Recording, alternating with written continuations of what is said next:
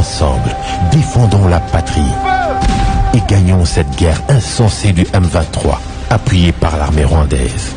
Batela Ekolo, Bendele Koyate.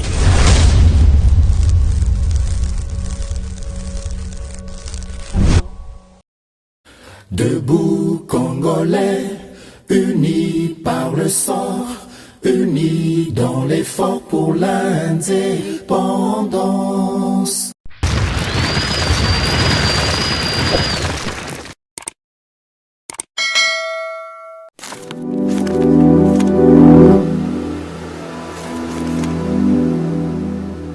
Boza, le bienvenu à GCAM Télévision, fidèles abonnés, chers téléspectateurs, Matondo Mingi, Lokola na Momesano, Pona Boponi na bino, ya chaîne Oyo, YouTube, GCAM Télévision. Matondo Mingi pe na bino, Longonya na bino, Ndenge Boponi, émission Oyo préférée des bouts congolais, émission Nabino et Tombolaka Bendele, ya Ekolo République démocratique du Congo, Bipai Nyonso Bozwami à travers Mokili Mobimbaboye Baete, plateau Oyo Ezalaka Pona Baye Bazalaka, FARDC na motema elakisi biso nyonso, mapinga na kacha motema pona Ekolo na biso nyonso, FARDC na motema, kasi boyebi ete Yambo émission oye bandana zakana tina ya ko rappeler biso nyonso ete justice ya nzambe moto mokote aishapaka na contrôle na yango soki solo ko échapper na contrôle ya justice ya mokili soki na mokili bakobenga yo puissant soki na mokili bakobenga yo ganki soki na mokili bakobenga yo kuluna soki yo zali plus malin yeba yango qui est plus malin koleka azali yeba yango que super puissant azali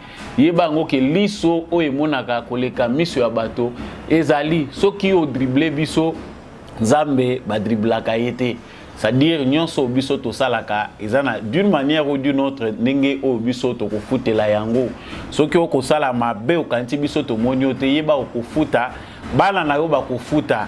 Donc, avant de côté de l'émission, on a rappelé les sous basi ya ba politicien ya mona bana les sous émission ya politicien te botika kolé sabana na bino mbongo ya makila ba première conseillère ya mibali ezalaka basi na bandako na bino soki bo mesani kaka koliaka mbongo ya makila pendant que les autres souffrent mbongo ya ba contribuable congolais et comme mbongo na bino bo sakanaka nango yeba yango que tôt ou tard vous finirez par payer le prix de vos actes. Bato ya Mobutu, bate ya bino. Lelo bakomi kozonga mboka na soni. Tous les mouvanciers qu'on connaît, mon côté azali na situation kotalisa biso mbongo yo bango basakanaka nango ya l'état zaïrois à l'époque bisika ekenda. Lelo baza ko luka ba pesa bango ba poste mususu lelo baza ko réclamer ba mapango batika été ya bino. Voilà, j'entre dans l'actualité qui m'amène devant vous aujourd'hui. Actualité ya yambo toza kolobela awa ezali toujours sujet oyo controversé ya ba troupe ya EAC oyo ezali kokota na République démocratique du Congo sika awa mabongisa ezali ba troupe ougandaise pe oyo déjà bazalaka présentement na sol congolais au côté ya ba FARDC pour na ko traquer ba terroriste oyo to bengi ba ADF mais ba troupe rwandaise bazali ko sala ba dernier réglage na bango bazali Kobongama pona koya ko s'ajouter na ba troupe kenyan oyo bazali déjà na sol congolais oyo ndenge tolobaki lobi balobi ke bango baza ko s'occuper na Goma poete bayeba ko sécuriser aéroport à Goma ekoya na maboko ya bangunda te. Est-ce qu'il est important que les troupes ougandaises viennent s'ajouter na troupes kenyan oyo déjà ezali sur place? Mituna bozali ko mituna to ko réfléchir na bino ensemble tout au long ya émission oyo na suka na kati analyse pe décryptage.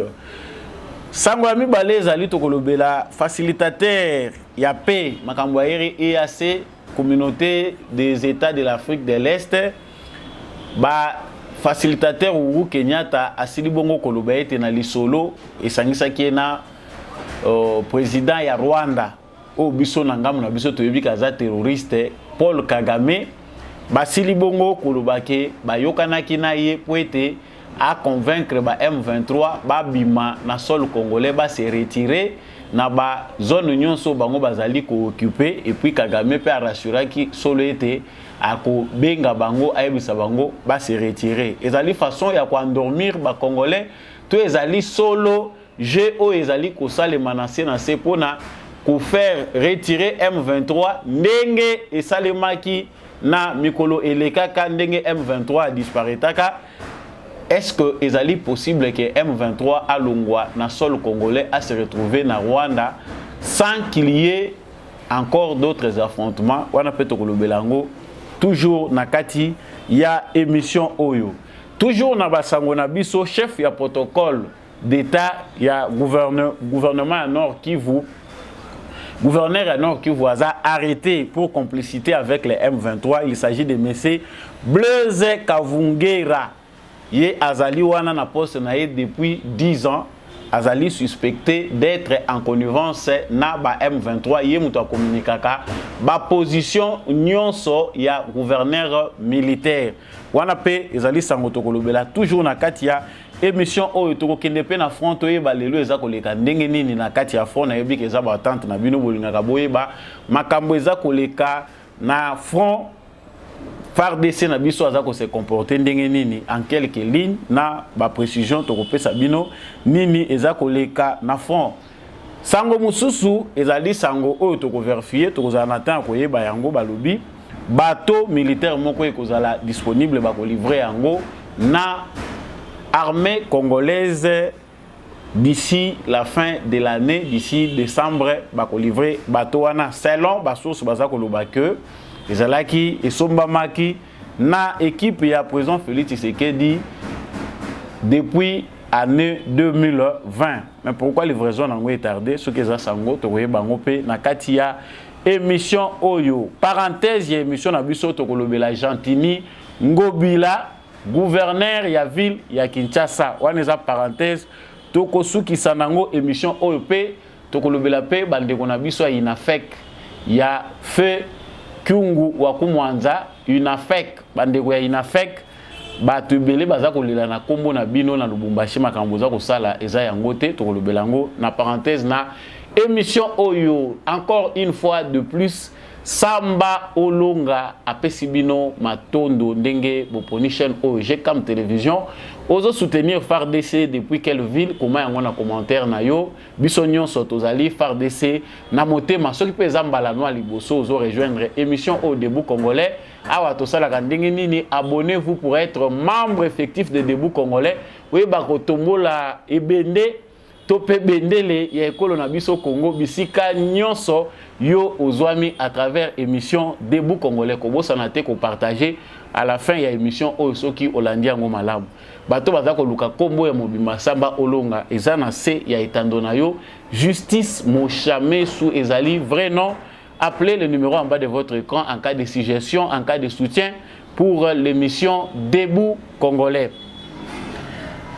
Nautaki Kotali Sabino awa que toujours force régionale selon ma recommandation oyo bazwama ki na diplomatie et salema ki na région et senga ki était c'est la déployer to lobela ki ngo mokolo lobby force kenyane eza déjà na terrain na controverse moko na langage na bango tusi to lobela ki ngo mingi lobby pona likambo etali force kenyane que maloba bango bazali ko tenir ba propos na bango ezali ko cadrer te na attente il y a population congolaise na attente il y a gouvernement congolais. C'est quelque part une force qui nous est imposée par rapport à la solution de la communauté internationale na mabongisi na bango mais eux ezali ko cadrer te na vision pe na attente il y a peuple congolais. Mais si kawa to moni tozo lobela makambu il y a force kenyenne aussitôt toza ko lobela ngo batuna no bamoni clairement te ce que vont faire les militaires kenyans sur le sol congolais. Est-ce que bako kende na front bisika obitumeza ko bundama bango basilaki kotalisa biso que bango bazali couper sa chance na ba pour parler à Nairobi jusqu'à ce que bakomona ke échoué wanande ba entamé voie ya force. C'est un processus oyo ba observateur rebelle déjà bakomi ko luka balande la batala. Est-ce que bango bazali koloba ya solo peut-on leur accorder la chance de voir ce qu'ils vont faire? est-ce que chance ou to accorder bango observation na biso et kozwa combien de temps? Est-ce que tu as la soit embourbé dans une distraction qui va nous faire passer le temps? Et ça, makambo to sola qui na bino lobby awa na sila ekotali sabino.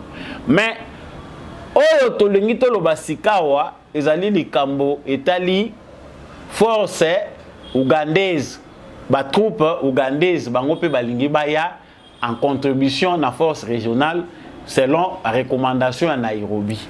Force ya EAC déjà Ouganda a préparé ba troupe na ye ndenge bozomona ba photo ba troupe ougandaise bazali prêt ou bien prête ya koya pe na sol congolais koya ko s'associer na contingent kenyan ou déjà na kati ya sol congolais. Mais là où les Congolais réfléchissent c'est que na moment où biso tozali koloba Bunagana, la cité occupée par les M23, est frontalière avec l'Ouganda. Les informations que les Congolais reçoivent, que nous recevons tous ces derniers temps, prouvent à suffisance que les M23 ont aussi un soutien à Ouganda. Mais ce qu'autant Ouganda azali koluka lisusu PYP aya ko s'ajouter. On ne sait pas si c'est là, c'est toujours les soucis ou bien il y a gouvernement congolais. Ouganda azali koluka PYP aya ko s'ajouter. Motuna obiso tozali koluka tomito tuna ezali ya koyeba biso nyonso ba congolais tozotala Ouganda na misu moko ya vigilance. Frontière o ezali ko séparer Bunagana na Ouganda. Et aider ba M23 Oyo bazali na poste frontalier ouvert ezali ko sala trafic entre Bunagana na Ouganda. Au moment où on parle, les trafics ezali ko continuer et ezali ko profiter et au M23 et à l'Ouganda. Commerce transfrontalier ezali nango ko continuer. Le gouvernement ougandais, si c'était un gouvernement responsable panafricaniste, bazali na souci, il y a vision oyo Félix Tshisekedi azanango ya pacification ya est ya République démocratique du Congo oyo ekomema un nouvel ère na kati ya est ya région ya Grand Lac et lo ni balinga basala c'est de fermer leurs frontières, étouffer ces terroristes, ne pas leur donner des issues. Mais que fait l'Ouganda en ce moment? Sultani Makenga abata makana Ouganda. Ba o nyonso yo place na bango bakimaka bakenda kovanda bazana Uganda soki bayoki ba soupçon moko bayoki makeyeleke farde salinga sala boy bazali kokotela nde na Uganda baza wana bazo vivre na ba hôtel baza ko vivre na banda c'est l'Uganda nde mutu azali ko assurer bango base arrière. Les mêmes Uganda oyoyo ba troupe na ye bakoya ko tsa siko makolo na SCA République démocratique du Congo. Cette situation ezali kokoma controverse parce que ba Congolais bazoye baté na minito à quel sens c'est voué, quel est ce pays là où na minito ba Congolais ba koki couper sa confiance pe ba s'attendre que toko kozala traité na ba calcul moko eza na sima so toko bakisa contingent ya ba Ougandais avec assurance ni avec l'assurance que soutien au Ouganda azanango na M23 parce que l'Ouganda selon bango moko nde baza kufunda na wa Rwanda mutu na mutu azana ba M23 na ye. Ça dit quelque part on sent qu'il y a les M23 soutenus par l'Ouganda, il y a les M23 soutenus par Kagame. On comprend que Kagame et Museveni au moins sont en intelligence dans le Kambo et la situation à M23. Ba information to si to pesa a mbala na mbala etali sa été l'Ouganda na Rwanda bazali na même esprit, bazali na même vision concernant résolution ya likambo etali M23. Nous le savons tous que Museveni l'avait dit clairement selon le gouvernement congolais que ce qui va permettre ngai na koki ko solola na président Paul Kagame pour tout retenir likambo ya M23 to benga bango babima to négocier de manière calme. C'était une façon de Museveni kolobaki bokende koluka ba solution musikate. Là c'était avant ya kokende na processus ya Luanda, après processus ya Nairobi. C'est-à-dire lorsque Kagame dit que biso toza déjà na ba solution, il faut pas bokende koluka ngo ailleurs. Nous savons comment la situation se passe, c'est-à-dire baza koloba même langage na Museveni ba pesa bango chance il a dit que Tshisekedi doit obtempérer, c'est-à-dire accepter ndenge bango ba memelaka makambo na bango. Donc nous Congolais, nous avons toutes nos raisons d'être méfiants vis-à-vis ya ba Ougandais tant baza ko bakisa na sol congolais. La marge de manœuvre biso tozali ko observer awa ezali gouvernement congolais ou azali ko représenter population congolaise tango azali kondima ba risque ya kokotisa contingent moko na sol na biso pe mususu ko bakisa malokolo ya ba Ougandais o ba congolais nyonso baza na méfiance nango. Il faut tirer toutes les conséquences possibles et il faut se préparer de manière à savoir contenir le mouvement Yabatouana. Parce que nous savons que pour la plupart des pays qui échangent avec nous, ils sont beaucoup plus amoureux de nos minéraux que de nos richesses, que de nos populations. Kokufa ezalika na maloba ndenge bazako loba. Situation humanitaire dramatique, batuna baka bazako souffrir, c'est dans la bouche. Toyoki bazako lobango que les États-Unis a sanctionné l'Ouganda par rapport à la usine na bango ya raffinerie ya or. Plus question d'acheter cet or là et qu'on a sous-souté ba mesure ezwami pour être ba sombaka ba or wanate. Ce qu'on attend de la part des États-Unis pour Congolais, que certainement tout le monde a ligne bouger et ça mesures concrètes. L'Amérique à lui seul, les États-Unis d'Amérique, sont capables y a quoi genuer et le Rwanda et l'Ouganda dans un mois, va frapper tout le monde ba mesures sur le plan économique et zoami. Pour un petit pays comme le Rwanda qui bénéficie de la majeure partie de son budget de l'aide extérieure, ce qui bango ba lobi ba genuer Kagame, ça ne prendra pas beaucoup de temps. Mais on ne comprend pas pourquoi il faut que ça tourne autour du pot. Ça montre quelque part de la mauvaise foi bateau bazali ko accompagner nango. C'est-à-dire biso awa na gouvernement na biso, c'est-à-dire il faut certainement kuboya bangambo mususu. Chaque jour qui passe, nos FARDC montent en puissance. Chaque jour qui passe, ba jeunes bazali ko accepter sacrifice suprême. Tozo mona ndenge nini ba jeunes baza ko adhérer volontaire na mai na miso na passe bana bazali kondima balobi bandimi sacrifice baza koyemba na banzembo na bango, ils adhèrent à l'appel du commandant suprême tondimi tokende ko se sacrifier pour la cause ya mabele na biso. Le message est clair, les Congolais sont prêts pour défendre patrie na bango. Et vu la taille de l'armée congolaise, on constate que si la communauté internationale continue à insister sur la force régionale, elle a ici mauvaise foi na bango. Diplomatiquement, s'il y a bonne volonté de la part des pays principaux, on a constitué un prédateur, bateau bazali ko bénéficier trop na makambo ezali instabilité ezali à l'est à RDC. Ce qui bazan a volonté ya ko faire changer situation, c'est-à-dire to komona que l'armée congolaise peut elle seule contenir Masouana ya ba rebelle, et de l'autre côté ce qu'eux peuvent faire avec tous les pays qui s'impliquent dans makambo etali ba mouvement rebelle, ils allaient retirer ba soutien na bango na ba pays wana. Mais ce qu'on voit, c'est vouloir nous endormir, ba former les belés. Ngana za ko yebisa ba politicien na biso bozo tindila ka biso ba message. Non, voyez cette force là, il faut pas combattre. Non. Le peuple congolais a toutes les raisons d'être vigilant. Naminito, les Congolais ne peuvent croire à aucun seul dirigeant. Atabalobi à ça saint, assemblée la église à saint, et ça impossible les Congolais vu ce qu'on a vécu ici. Exploité même par nos propres pays, nos propres frères africains. Ba pays nyon sont 9 pays voisins za ko entouré biso baza ko joger kaka ba zone d'ombre et ko permettre bango ke bango pe ba se retrouver na Congo. Les Congolais ont toutes les raisons d'être méfiants.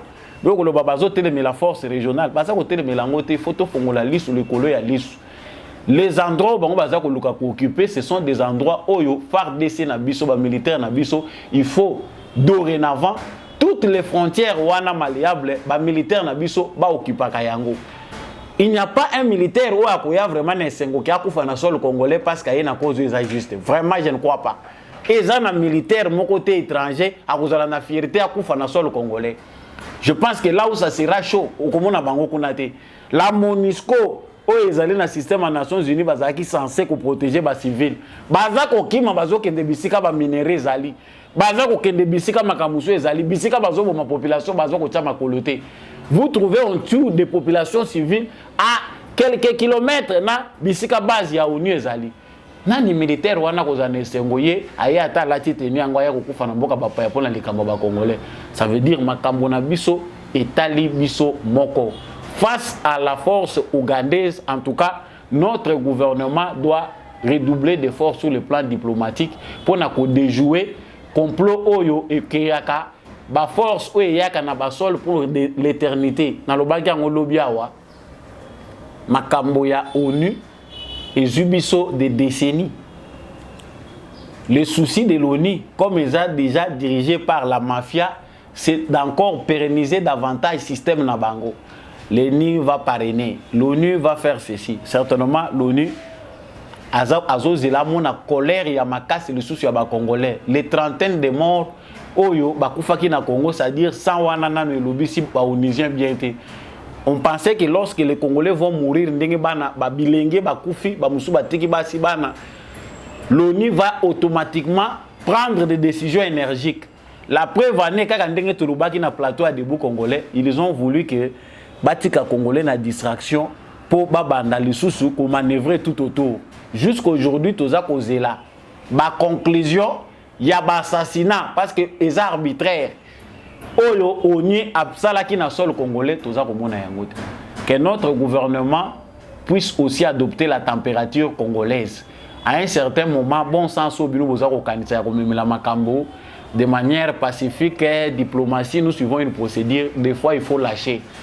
Kotika, pression populaire et régler bango ba compte, tout en contenant la situation sécuritaire pour permettre que les Congolais comprendre que c'est le temps de laisser les Congolais tranquillement. Deuxième information, tous à aborder awa ezali kambuya facilitateur Uhuru Kenyatta. Tout le monde sait et nous le savons tous que derrière cette démarche-là se trouvent les États-Unis d'Amérique, se trouve la communauté internationale. Le travail qu'est en train d'abattre le facilitateur Uhuru Kenyatta, ce n'est pas un travail venu des Africains. Kaka Bango Moko Bato Oyo va inventer instabilité à l'est de la République démocratique du Congo. Bango Mutubaza ko sakana na biso derrière ce qu'on appelle les recommandations des Nairobi, accords de Nairobi, de Luanda. Toyebi ke ba président na biso ebele africain. Tout tourne autour de la diplomatie américaine. Tout tourne autour de leurs partenaires, que ce soit le Kenya, que ce soit l'Ouganda, que ce soit le Rwanda, que ce soit l'Angola. L'Amérique est au centre et d'autres pays à Europe, bazali koya kokota na sima. Principalement, bato oyo bazali komemela biso ba malheur. Ce sont eux-mêmes les Américains inventaires ya makambo. Makambo Uhuru Kenyatta alobi na masolo basolo laki. Donc, les facilitateurs Uhuru Kenyatta dans les conflits qui nous opposent aux terroristes, il y a M23 ou Baza branche armée à Kagame. C'est une question bien maîtrisée par les Américains. Cette démarche à l'américaine, ils allaient quand même démarche au Basenga qui Kagame depuis Luanda qui retirer ma troupe nayo. Na lobaki ngwa lukola lobi que les négociations qu'on veut nous imposer, ils allaient lokola ba yebiso to libérer yo mais bazui singa ba tcheo na lokolo ba lobi kende to libérer yo. C'est le genre de négociations qu'on veut nous imposer avec les terroristes de M23. Cela va aussi de soi avec la volonté de la plupart des pays de la communauté internationale qui veulent contrôler toujours le Congo via l'instabilité. Et Zali Nango Makambo ya M23T, pour les Congolais qui doivent maîtriser cette question, l'origine est occidentale. Le mal est si profond que Bato Basiba Mesana Kolia, na Lolenge Yamabe, Bayebi malamu pona bango ke o bazwa ba continuer ko bénéficier na ba minéraux ya Congo, il faut toujours clear un coin sombre, un coin où il y a instabilité. Bango ba ko banda ko naviguer na ba discours, ils vont nous amener des discours oyo et ko banda ka ko lekisela biso tango pendant ce temps-là et vont continuer à exploiter ce qu'ils veulent. Oyo bango ba lingi na Congo parce que ce qu'ils veulent au Congo ce ne sont pas les humains que nous sommes. Ce qu'ils veulent du Congo au Congo C'est le minerai, c'est notre sous-sol. Il y a une préoccupation na bango générale. Alors, quand Uhuru Kenyatta dit qu'il a échangé avec Kagame pour arrêter à M23, on sait que la guerre, les rébellions, c'est une fabrication occidentale pour prendre le contrôle de nos minéraux en Afrique centrale comme ailleurs, dans d'autres coins d'Afrique. C'est une fabrication occidentale, ces rébellions-là. Et qu'on coïncide dans balage, dans bande qu'on a vu sur baza faible, bah c'est peli na bango, ko edaka, ko faciliter mundele na makamuna yewana, bango pe bakoti na kati. Et trouver bah c'est njo bazaka na kati na biso ba monike pour bango pe ba mener vie na bango normalement, dignement, il faut ba adhérer na kati aventure wana. Donc, quelque part, on sent que la communauté internationale est prête à mettre fin à leur propre aventure. Ils ont aventure na bango. Sur le lot qui balobi 23 va se retirer nani, ne pensons pas que quelque chose ils ont inventé de nouveau. Non, ils ont cette possibilité là par n'importe quelle manière en faisant pression à Kagame, il y a kozwa ba branche armée wana ya Kagame na sol congolais ko benda yango. Les restes de ces jeunes là rwandais bakozonga na bandako na bango parce que Kagame les héberge avant tsaka bango abomba bango aza ayebi ndenge nini ekipaka bango babomba ka bango. Le Rwanda et l'Ouganda bayebi ndenge nini ba hébergeaka ba rebelle oyo bazali ko sala terreur na est ya République démocratique du Congo. C'est-à-dire ici lorsque naza kolanda ba propos ya Uhuru Kenyatta, je les associe na ba propos ya ancien sénateur américain Herman Cohen, les M23 va se dissoudre. Mais l'armée congolaise ne doit pas lâcher ne fût-ce qu'une seule seconde. Il faut. Moi, je pense que ce que le président Félix Tshisekedi a fait, c'est une fermeté où il s'est gardé. Parce que, c'est d'aller dans des négociations avec état de faiblesse. Ce qui doit se fixer, Tshisekedi, il finira par lâcher les mouvements de la population, situation humanitaire. Allez vite au dialogue, c'est la seule solution qu'ils veulent nous proposer. Et le dialogue, pour eux, ça veut dire na lobby ezali ba chaîne oyo bango bazoluka ko garder biso poto continuer comme mamakambu ndenge wana. On aura compris, chers téléspectateurs, que Kagame qui commence à pleurer parce que l'étau se resserre, la honte internationale fait que la communauté internationale dans cette honte-là n'accompagnera pas Kagame. La honte est aujourd'hui mondiale parce que toutes les institutions mondiales ont échoué. Toutes les institutions mondiales nous ont appris le racisme. Pas au même pied, pas même au même pied d'égalité, mais dans une situation comme à l'Ukraine, la communauté internationale choisit d'être solidaire à l'Ukraine plutôt qu'au Congo, là où il y a des millions de morts. Au Bazali Kokufa chaque jour, la situation est complexe. Mais la communauté internationale pense que les minerais du Congo peuvent servir à fabriquer les armes. Au Bango Bazali ko sakananango balobi ke tozali armé, bazako monandenge bango bako sala, mais ils ne peuvent pas voir la souffrance des populations congolaises. Ça, nous ne pouvons pas manquer à apprendre ça à nos enfants. Dites à vos enfants que le grand Congo que nous sommes a été opprimé par les Rwandais avec la communauté internationale. Chaque fois que nous avons Rwanda, c'est vrai, Rwanda c'est le visible. Mais la main invisible qui nous a opprimés pendant toutes ces années, c'est une guerre de reconnaissance de nos droits face à la communauté internationale. Les gens qui écrivent au matière, je pense qu'il y a de la profondeur dans ma propos, pensant que le Congo fait face à une injustice internationale à cause de ses richesses. La communauté internationale est en train d'asphyxier les Congolais, d'empêcher les Congolais de s'organiser pour basser la pillage dans bango systématique. Mais aujourd'hui, le rôle de élever la voix na biso, vous verrez que certains bakomi ko yoka soni, bazako se retirer. Non. Oh, ya lobby Grande-Bretagne, ya lobby azako compatir dans la situation à Congo, France a lobby, non, je suis le prêt, c'est la honte. Honte à la communauté internationale, honte aux Nations Unies, honte à toutes les institutions qui se disent des institutions de paix dans le monde, qui ne savent pas quels sont leurs rôles aujourd'hui.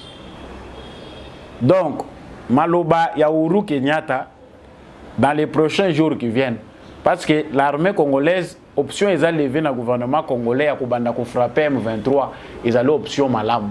Je suis encore en train de renchérir sur ce troisième point on a le bas qui a troisième information.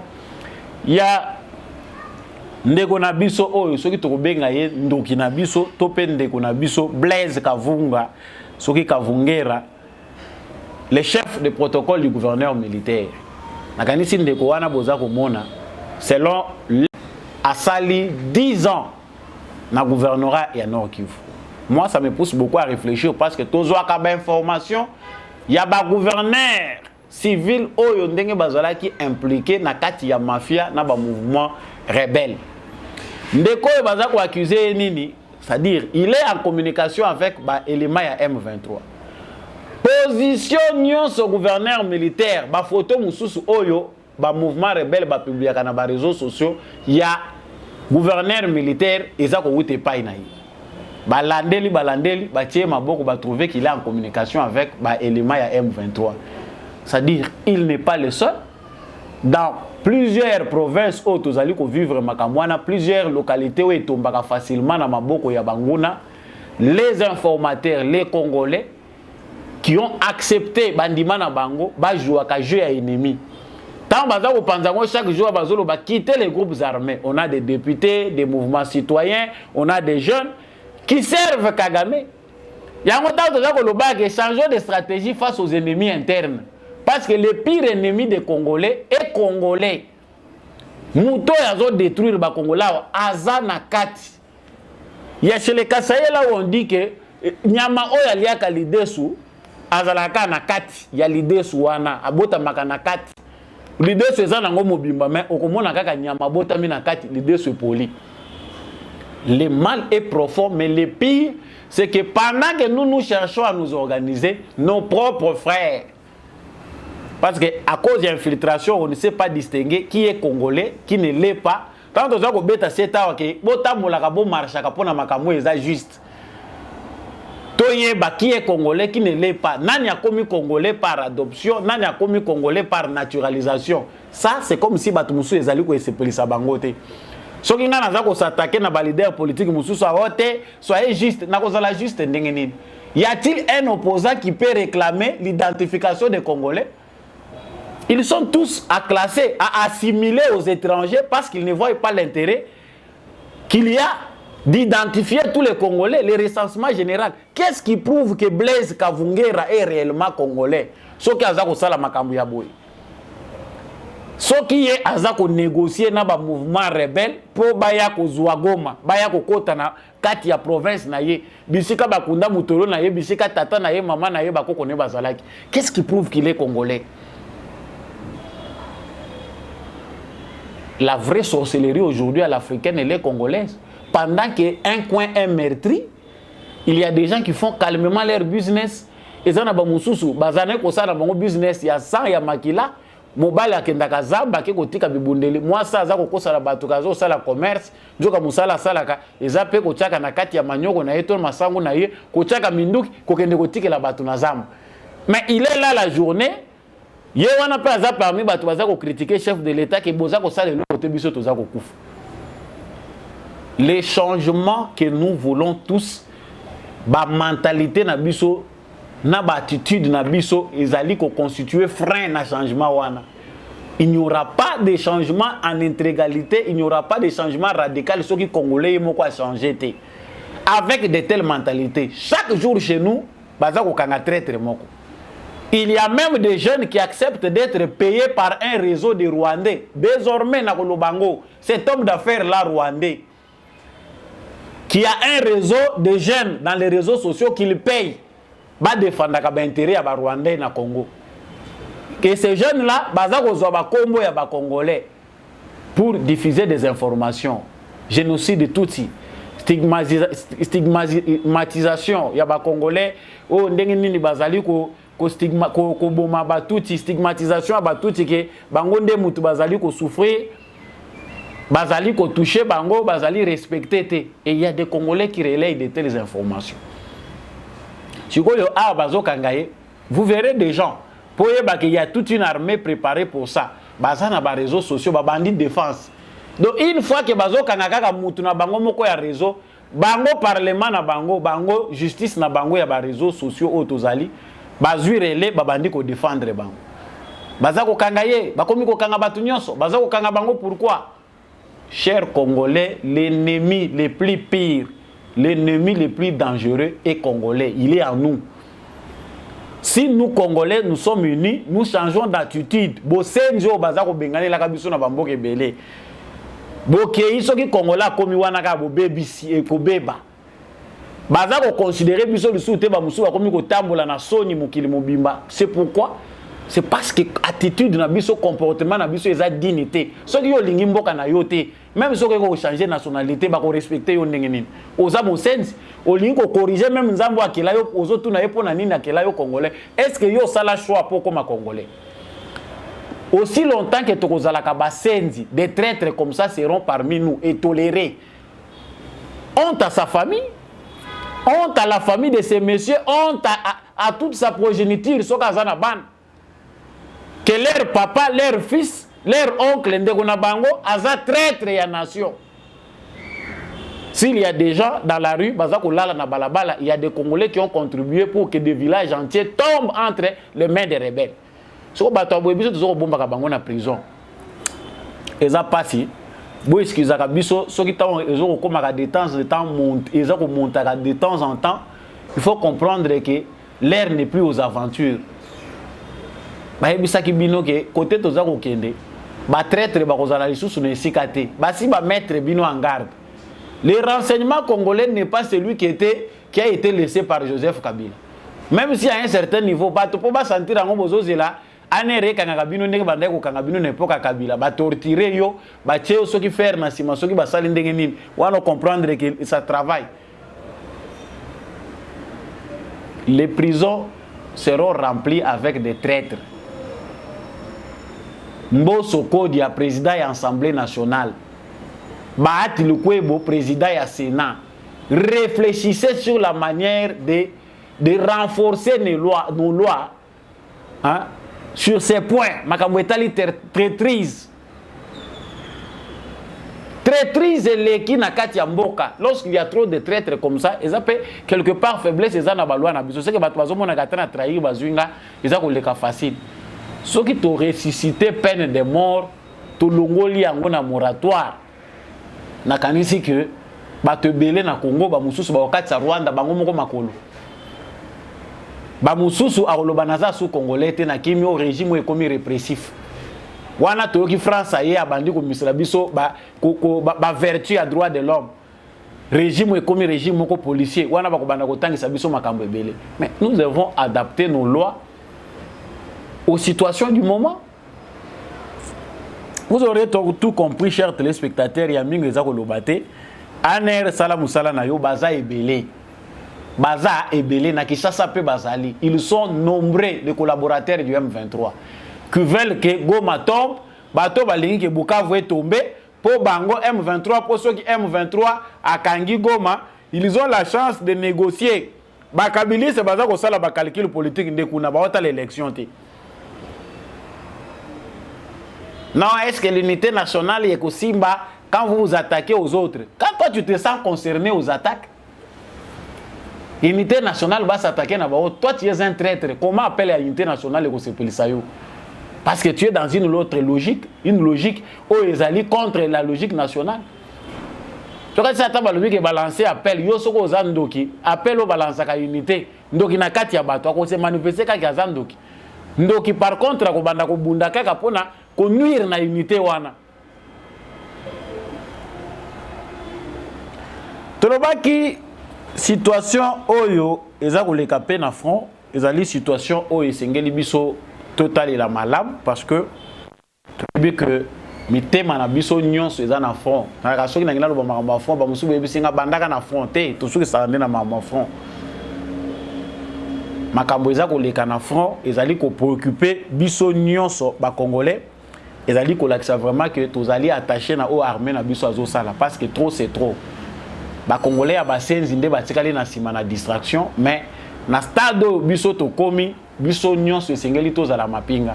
S'il y avait possibilité de faire de chaque congolais un militaire je pense qu'au point où nous sommes arrivés, face à l'injustice internationale et au complot international, tout Congolais devait devenir militaire. Mais les mêmes bako kotola ti bango bateni. Mais parce que tu es bien zali que situation est ça là il faut toujours procéder d'une certaine manière. Tu es bien que parlement na biso ministère ya EPSP baza ko luka mais bo sala ngote na mbangu sans préparation. Il faut que nous na lolenge ya malam de manière à ce que soki muto asilisi ba humanité na ye, ba étude na ye secondaire akoki facilement que ça la formation militaire ils ont préparé une armée avant abanda ba études universitaires na ye certainement ezali eloko ekoko aider biso ke bato mususu ba yekola ki patriotisme était parce que soki na tamboli bo excuser ngai soki nazo l'excella bino tant avant na kota na makambo etali ya front mais c'est une parenthèse mais patriotisme ndenge baissé boy oko tambola sur dit congolais otelemisi na ba mama mibimba na ba bana mike otuni muto ayembela yo hymne national du début à la fin. Vous risquez d'avoir 8 Congolais qui ne savent pas chanter l'hymne national. C'est qu'on commence à craindre les alliés parce qu'il y a même des jeunes qui risquent de ne pas passer comme militaires à l'écapo bazoyer dans l'armée parce qu'il y a des debout Congolais. Que vous imaginez, tout comme un point à bouillir. On nous a détruit même sur le plan de l'éducation de manière à ce que donc, oh, ça la valeur, oh, ça la nation s'est consolidée, batou bas à l'attacher na mère patrie na bango et bungi na mito batou. Quelqu'un qui se dit congolais mais il ne connaît pas l'hymne national. Mususu tuni alobi ah ngana yebaki kaka Zaïrois et Zaïrois nande na yebaki mobimba. Oh yo maloba musu ekoma ko kimangai. Au PCP micro to seki awa biso nyonso. Nous devons resserrer nos liens. Nous devons réellement, il faut ba structure na biso d'accueil, d'encadrement. Même à l'université, il faut changer la manière de donner le civisme. Dans la maternelle, à l'université, il faut changer la manière d'apprendre le patriotisme aux enfants, aux jeunes qui apprennent. Parce que la situation est dangereuse. Si on continue à minimiser le civisme, à minimiser qu'il faut patriotisme, et à Congo, tout exagérer, pour gérer le Congo. Un jour, il va déclarer son patrimoine mondial. Pour yango ndeza plan na bango situation na front ezali malamu depuis lobby toyebi ke basukoi na biso ezo sukola bango opération sukola ezo salima na basukoi 25 depuis bayoki yango po ebele ba information baza ko luka bayeba kaka evanda ka wapi lala ka wapi makele ezaki ebele lobby matanga ebakisa maki na Rwanda ba Rwandais baza na guerre te officiellement mais chaque jour qui passe de fils de Rwandais, mères comme des chiens au front en RDC. Dans une guerre inconnue, dans une guerre non reconnue. Naza autour na bako décorer bango, ba généraux bazo kufa na ba colonel na front. Abattoir et salamaki le sous lobby. Popino boyebi bombardement. Pourtant tozo ka masolo ba avion. Batu musu baza ko mona ngolo ko maseki mais kota na no kende ko vérifier au mona. Tango bazo ko larguer ba bombe bino bozaki na situation moko boyoyi basoko ko kimela ndeni okoko kalingama baluki ata poussière na yo bazo mona ngote ba ye tanto bazo mona lokolo ba moni ba bot ba moni mutu mupanzi oyo bibembo bazo katisa nango eza ya la va vite mais la plupart de ces jeunes gens et de ces colonels qui acceptent d'accompagner Kagame dans son aventure meurtrière ils meurent comme des chiens. C'est valable pour un militaire congolais de mourir au front. Ce qui a koufi tout ça on la bango na honneur. Totamu saka ba image na bango wake ba militaire congolais ba koufi na front pour une cause juste. Ba koufi ya basenzi bana ya bato ba koufi lobby ebele lisusu. Parce que bazo koya kana ba situation moko mabele za ya binoté. Même les sols congolais commencent à réclamer. Ba chef coutumier ya biso ba teka mboka to moni ba komi ko lamuka ya moko ba komi ko comprendre que non, il faut récupérer nos terres. Mais toza retourna pe ba chef coutumier ngo o ba bwakela ka bato banzo yiwana oyo pe ba sala ka soki ba démonstration bola ka biso bo mona ka M23 te bo mona ka ba rébellion te nos chefs coutumiers boko sala ka ba bombe te ndenge to moni bande kwa Kasai bakundi nani Kagame mais eri yango yo ba force ancestrale oyo boza ko luka ba pesa bino oyo bobetela ka tolo force ancestrale biso bokoko eza ko luka bokoko eza ka ya banzete ya kotekela bato bakisi bokoko ya bino wana ezaki ya kobunda nango tozo mona ngote. Certainement, au fond, aujourd'hui, Nirangongo et Kibumba, sous contrôle de nos FARDC, les avions de chasse font leur travail. Vraiment, tu as dit que l'aviation vraiment militaire et permettre na FARDC à changer la stratégie mingi. Même ceux qui mingi za ko lobate, longonya na ba FARDC na biso, longonya na armée na biso, baza ko contenir la majeure partie de l'information stratégique. Ils allaient un pas vraiment, ils allaient permettre que l'ennemi a en débandade. Les Rwandais, ils que nyonso les armée congolaise, ils ont na disposition ennemi. Ce qui peut Hollandais, la plupart il y a des informations et fuite en armée na biso bateau ba publier kango, bazali be ennemi interne, soit au sein de nos FARDC, soit bateau yo batindi bango pona ko décourager. Souvent ce sont des gens qui sont au service de l'ennemi. Mutu bazwa ka ba vidéo moko baza ko publier yango. Na lobela ki lobby ezana ba vidéo moko bazo publier aw. Des contradictions qui se font dans des réseaux sociaux. Voilà, tala baza ko loba boy, tala ba lobby, FARDC azokosa, tala situation kibumba yango. Kibumba ezali sous contrôle ya armée na biso régulière.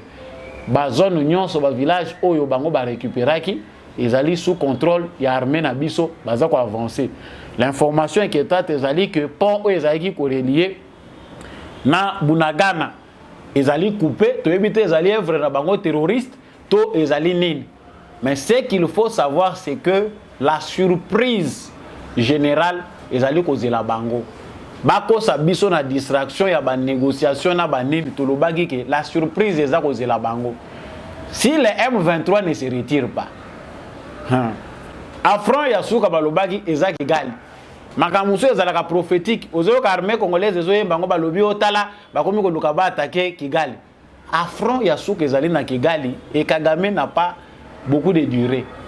Chaque jour qui passe ezali ko diminuer mikolo ya Kagame na pouvoir parce que comme cible principale ya ba congolais nyonso.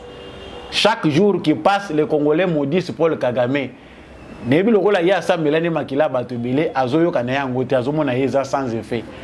Mais souvent, c'est toujours comme ça qu'on les abandonne. Côté tozako kende, plus frustration ezako mata parce que guerre ezate na Kigali. Mais bibundeli nyonso yazo bimisaka, panique yazo ko bimisaka, ezako kota na kati armée na ye ko bimisa ba militaire na ba kwa nyonso.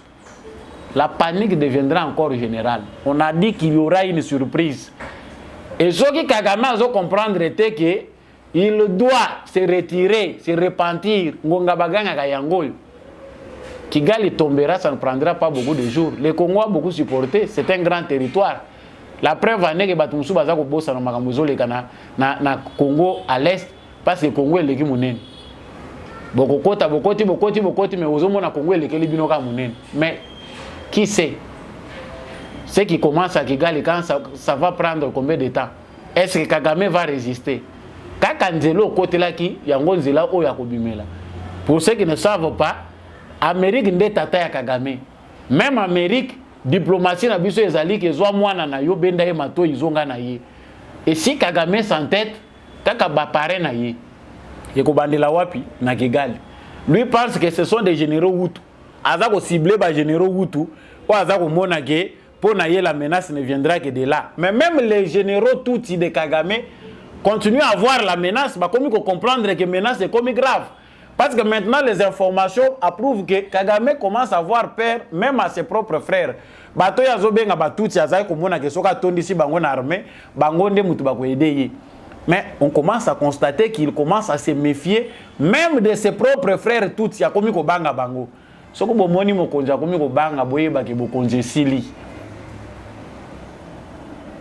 Mais pauvres nègres, race de traîtres que vous êtes, parce que tous ces nilotiques-là, tous ces Tutsis qui ont accepté d'accompagner Kagame dans cette aventure seront très mal vus, même dans le monde des affaires du demain.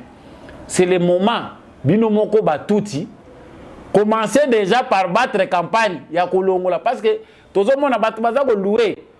L'aventure occidentale a voulu louer que Batutsi n'est pas très intelligent, intelligence raffinée. Ba créer biloko moko ba yeko kotsa en Afrique ba tina mitu ndenge boza mayele mais so boza mayele boko mona musika ba utiliser binoti ba moni ke ba komi na suka ba moni menake awa moyen to protéger le sous bateau exact parce que la majorité a fini par comprendre nous devons changer de stratégie pas ko wanga na bino Protection, bah, protéger, bino, bah, protéger, bino, n'est pas comme la minorité. Aujourd'hui, ça ne marche plus. Oh, génocide contre les Tutsis. Oh, on a préparé le génocide contre les Tutsis. Ça n'existe plus. Même le Conseil de sécurité, quand il parle des Tutsis, il y a un nombre de crimes commis contre les Hutus, commis contre les Congolais, bataille est dans le placard des Nations Unies.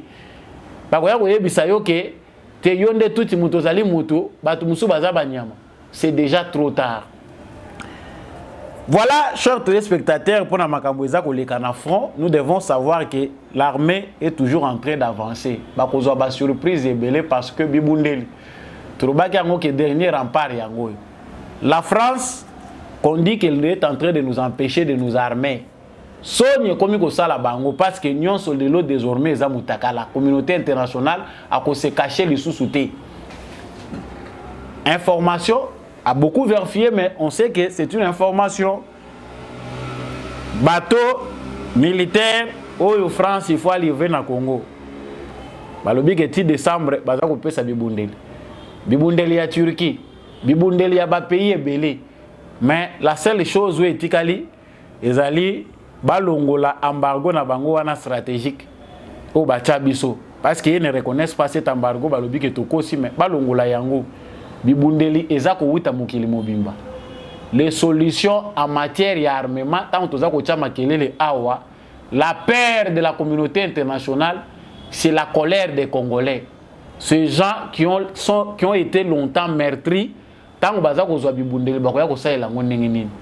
risque parce que biso a commis déjà asphyxié. Makambo comme créer le terrorisme yango. Société occidentale bango ko mutu ba créer terrorisme à cause ya mabe bazako sala na mukili.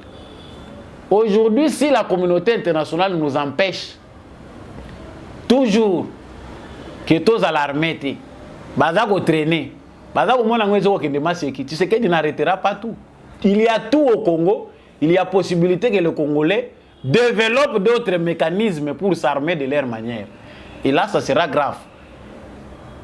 Ça va, c'est regrettable parce que façon à se préparer à ce que des années à mouzete. On ne les voit pas venir. Mais si le Congo devenait une bombe, bon, je pense que Tokoko Mawanate, la lutte non violente a déjà son prix.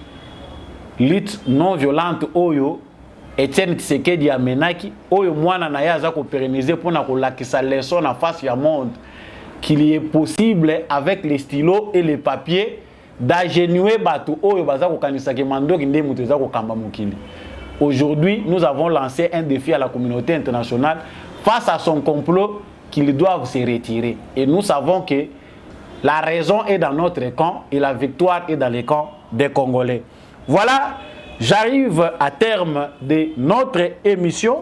Nalobaki ke parenthèse munene ya émission na biso sans ko bossa na ko yebisa bino ke mokonza mboka ko se déplacer te pona ko kende na sommet à francophonie inutile d'ailleurs.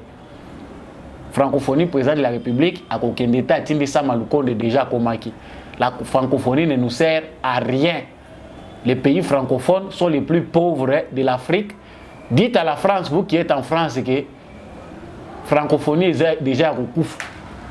À cause de l'intérêt mesquin, il y a France. Le président de la République, félicitations, on ne peut plus se déplacer pour un sommet de pacotille. Ok, nous écoutons se servir na loge occulte pour accomplir des sales besoins dans le monde. Ça, on ne peut plus l'accepter. Macron n'est qu'un perroquet qui va nécessaire à répéter la solution à la portée ou à appliquer pour ça. Félicitations à Tata Mokonzi Ekolo. Désormais, quand tu as voyagé, tu as kende, et ça signe faiblesse. Désormais, on reste cadré chez nous. La démarche est déjà faite, le monde entier a déjà écouté le message. Si aujourd'hui le Congo agit d'une certaine manière, bango moko bayebi. Na komi na suka Jantini Ngobila. Tomoni boulevard Lumumba bakomi ko latsango lisusu. Ba jeu de lumière, ba lobi eza ambeli pona ba festivité. Ba yebisi ngai na yebisa yo. Nokyo ya ko lobanga mona zolo banayo, na yebisa yo. La ville-province de Kinshasa est une ville carrefour de cultures. Toutes les cultures de la République démocratique du Congo se trouvent à Kinshasa. Kinshasa devait être en solidarité, en sympathie avec l'Est de la République démocratique du Congo. Ba jet de lumière na yo oza kocha, eza bon embelli, oza kocha, parce que yo privilégié na yo ba jet de lumière pour na décembre, à la place ya ba poubelle, n'espace public, et si ka moutako kocha kanaye, a bois qui plastique, a bois qui sachet. Mais tout le monde qui est privilège na fin de l'année, ils allaient kocha la biso ba jet de lumière na boulevard Lumumba. Mais ba jet de lumière wana, ils allaient ki ezalata na honneur ya ba FARDC na biso. Kola kisa bango ke toza de ker na bango. Bisika bozali ko monter ba jet de lumière na bino. Bocha soutien na FARDC to ebi ke zambonga ba contribuable congolais. Ko kende na yo ezo dépendre na bakino mukolo ba ko décider ba benga na yo eza bien. Mais na mbonga ba congolais boza ko dépenser ba jet de lumière na bino n'espace public ezala de ker avec FARDC. Pona kola kisa mapinga na biso ke tozali na bango. Ba jet de lumière bozali kocha ba décoration na bino et lancer peu message na communauté internationale que nous en avons marre de l'injustice internationale. Wana eko cadré par rapport ya contexte au toza nango lelo o misu ya ba congolais nyonso patriote ezali rivé na est ya République démocratique du Congo. Message na yo yango wana ngai na komisi. Message ami balé na lobi awa bandeko ya inafek bolobi ke bozali na union sacrée. O ekomi koleka chaque fois que la manifestation ezali banditisme urbain, autorité urbaine, autorité municipale, batala likambo parce que chaque fois il n'a fait qu'à koleka pour la manifestation, magasin batu eza pillé, biloko batu ezo yibama, batu ebele bazali kolela na monoko na kombo ya jeunesse ya inafek. N'y a-t-il pas moyen d'encadrer cette masse qui commence à être infiltrée par des kabylistes? Parce que balobi que déjà infiltration est koti. Ezali na ba jeune mususu mal désorienté baza kotinda bango ba kometaka ba acte wana. Et plus le mouvement dégénère, plus toza komona ki makambo eza kokende kitoko te. Ba autorité inafek message wana ekomela bino. Bandeko boza kolanda vidéo oyo. Jeunes gens réclamer, revendiquer ce que sont vos droits légitimes. Botika kokota na bosoto ya ko créer na ngwa insécurité na ba paisible citoyen. Moto azoteka na magasin na ye bobuki, bozu congélateur, bozu télévision, bo détruire, boza ko kende. Ça montre quoi? Eza incivisme. La police n'a pas service habilité bosa la paix mosala na bino parce que bandaka ka boy. Bakatakatanga ezala kaka ça sont des jeunes gens. Baza ko mikosa masuka nango, le bakatakatanga komaki mouvement armé. Il est temps que les services de sécurité puissent se pencher sur infiltration wana. Matondo mingi na bino bato bolanda ki debout congolais mokola lelo esili bisika ozwami tombola bendele ekwe ya te biso nyonso na rythme ya communication gouvernementale biso nyonso FARDC na motema ndenge na lobaka. Soutenons nos FARDC, soyons vraiment de cœur avec nos forces armées au front. Biso nyonso pour la souveraineté na biso tozala bomoko tozala na bolingo ya Congo pe bolingo ya bandeko na biso ba congolais. Matondo mingi epa ende kumbi ya chaque azaki na sima caméra oyo po ete bozwa émission oyo na pesi matondo na papa Jean-Louis Timbalanga, l'homme de la vérité des urnes. Matondo mingi epa maman Bill Bilonda, maman Lisette Mungbendu, papa Boniface Mpunga, papa Kennedy Mukendi. Na bosanité vraiment opportunité pesa menaka biso pour nous présenter émission oyo na itando ya GCAM télévision apôtre Gérard Kabeya. Merci mingi na bandeko boza ko s'ajouter comme abonné na GCAM télévision. Tombola bendele kweya te FARDC na motema. Nyonso yoko ki kosala pona ba FARDC na biso ba structure habilité ezali. Soki pe olingi ko soutenir campagne Tombola bendele elongo na émission Debout Congolais. Le numéro est en bas de votre écran. Je vous dis au revoir et on se retrouve au prochain numéro. Nous devons ensemble avoir conscience que nul autre que nous-mêmes ne viendra sauver notre nation et que cela exige de chacun de nous une mobilisation tous azimuts. Peuple congolais, il est temps de nous lever, de nous serrer les coudes et d'agir pour défendre notre patrie, notre intégrité territoriale et l'intangibilité de nos frontières. La République démocratique du Congo est victime d'une nouvelle agression rwandaise et des actes criminels et terroristes du M23. Ils ont juré de compromettre l'élan de notre progrès, nous diviser et perpétuer le pillage de nos ressources naturelles. Le sang a trop coulé, de vies sont fauchées, Notre faune, patrimoine mondial, est détruite. La situation humanitaire est alarmante. Nous avons un devoir sacré de résistance patriotique et populaire. Pour cette cause nationale, mobilisons-nous. Au-delà de tout clivage, y compris politique, agissons contre l'ennemi de la paix, notre cible commune. Restons vigilants. Disons non à la stigmatisation et à tout acte de violence. Exprimons toute notre solidarité aux compatriotes victimes de cette agression. Mobilisons-nous. Apportons un soutien total et indéfectible à nos vaillants FARDC et à nos institutions pour rétablir la paix et la sécurité. Ensemble, défendons la patrie et gagnons cette guerre insensée du M23, appuyée par l'armée rwandaise. Battez-la Ekolo, Bendele Koyate.